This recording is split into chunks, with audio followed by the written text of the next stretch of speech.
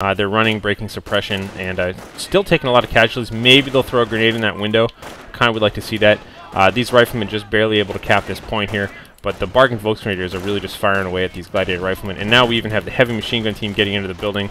Is he going to throw a grenade? Throw a grenade, you magnificent bastard. Go, go, go. There he goes, and he's going to charge. Get on out of there, retreat. Oh, serious loss of life there. It looks like 2 machine gunners were taken out, and at least 1 or 2 bargain Volksgrenadiers were taken out by that as well. Just piles of bodies right outside the door. Oh, so mean, so mean. Every now and then, it's kind of hard to tell when it happens, but one really cool strategy, if you've seen that your opponent is competent and is constantly retreating away from grenades, you can, if you really anticipate the geometry well, it's kind of odd, but Relic actually does take the structure of the building into play when throwing hand grenades. If you can manage to throw a hand grenade right in front of the door, like right there.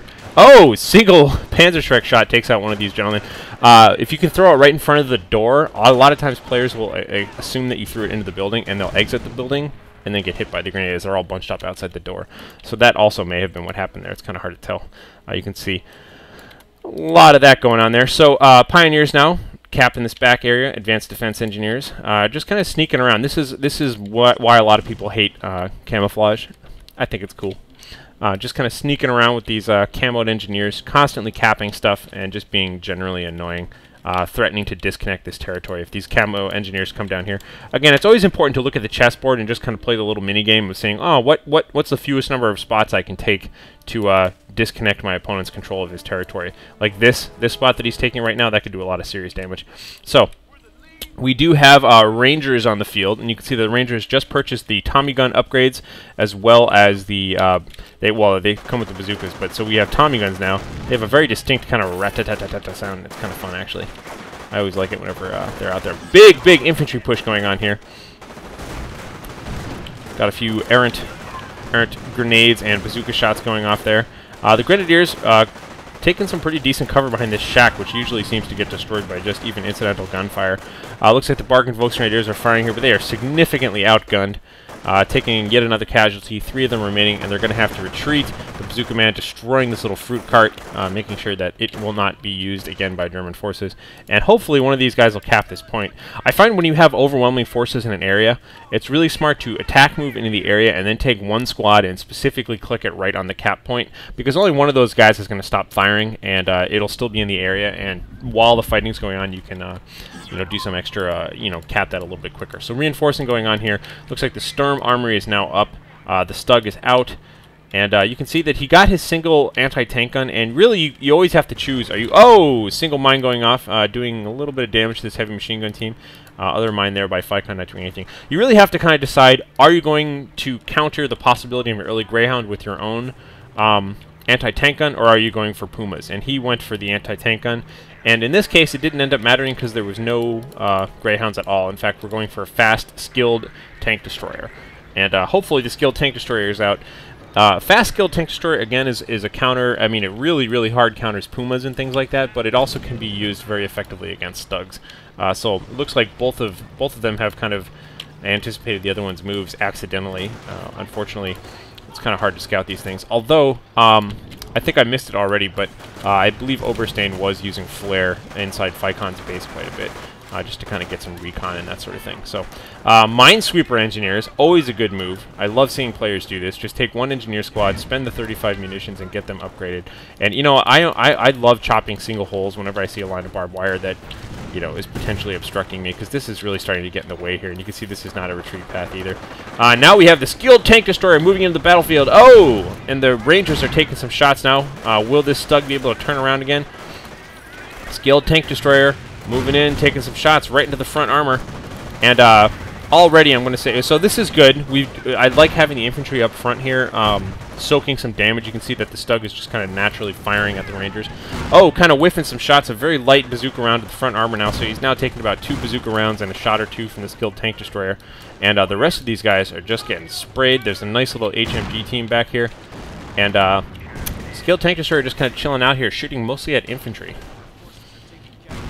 Not really getting a lot done. Now the Stug is kind of laying into this building here, and we do have the anti-tank gun coming out across the street. Got to be very careful when you're crossing the street, because people like to put mines there. Luckily, those are OberstDane's mines. But also you get no cover when you're out there oftentimes, like when right as you're in the middle of the street, you're under red cover, which is very bad. These riflemen are just kind of stalling out. I do want to see them do something, and there's a hand grenade. Are the riflemen going to get out of the building in time? Oh, taking a single casualty, or taking 2 casualties, 1 rifleman left in this building. Now here comes the skilled tank destroyer, and I want to see this guy being a little bit more skilled about his tank destroyer. Tank destroyers are kind of crappy armored. They have a huge punch. They're very a lopsided vehicle. They do tons of damage. They have good range, but they don't have a lot of armor or hit points or anything like that, especially the skilled ones. Wow! Wow! Wow! That was a whole squad of fired up, and I think they might have been a little bit wounded. It was like 3 or 4 of them, of fired up riflemen. Just charging on out and getting cut down by the single first burst of that machine gun. Every now and then it's just horribly unlucky. So we see that this skilled tank destroyer just got its gun blown off, taking a Panzerschreck from the side from these guys, and also just exchanging some rounds with this Stug. Maybe even a shot was taken by this anti-tank gun, although it just got set up there. Crushing all this stuff. Quick to just lay waste to all that kind of thing. Looks like the skilled tank destroyer, I believe it does regenerate HP at level 5, so its gun barrel was repaired apparently just by the small ticks of the regen there. And it's important to note that, you know, like I said, this is kind of a weak unit, but it packs a lot of punch. Never just drive it right up to a Stug and shoot at the front of the Stug. The whole point is that the Stug has no turret. As you can see, it just has this little swivel gun in the front. And it has a very slow turning radius. And as a result, if you have a turret and you have a fast turning radius and you can drive circles around a Stug, although thankfully the Stug has its back kind of against some buildings here, so that would have been pretty difficult. But at least drive past the front of it and get some parting shots at its side armor while it turns to shoot at you. Engaging head on though, bad move. Bad move. Anyhow, so Dane recapping the center. Bark and Volkswagen now fighting out with the Rangers. I believe the Rangers, these Rangers do not have Tommy guns. They still have their little carbine rifles. And the rest of the riflemen here. Riflemen with bazookas. Really, really brutal. Recapping, just kind of firing some points back and forth here. And getting some repairs off on this Stug. So let's take a look at the base. We see the Panzer Command is now active. Or just about to be done for Dane. And meanwhile, for Ficon, we have no changes to his base whatsoever. Let's take a look at these army sizes here. So really just 1 infantry, 1 ranger, 2 engineers, and 1 skilled tank destroyer. Really not too good for Ficon. Losing those gladiator riflemen, serious problems there. So we'll have to see where that's going to go. In the meantime, big reinforcements. Let me go ahead and swap up to OberstDane's point of view here and take a look at his army. Huge, overwhelming army here. He's got machine guns, he's got grenadiers, a bunch of Volks, and anti-tank gun, and a Stug is out. And now pretty soon this Panzer Command is going to start rolling, I believe. Panzer Command looks like our Sturm Armory is actually pumping out an officer. I almost never see officers, so go to it and good luck. Manpower Blitz is all ready to go, so in a couple of levels he should be ready to pull out this heavy armor support. That is the medium version of that, which has the Stu, the howitzer tank. Big infantry moving up here along with the stormtroopers.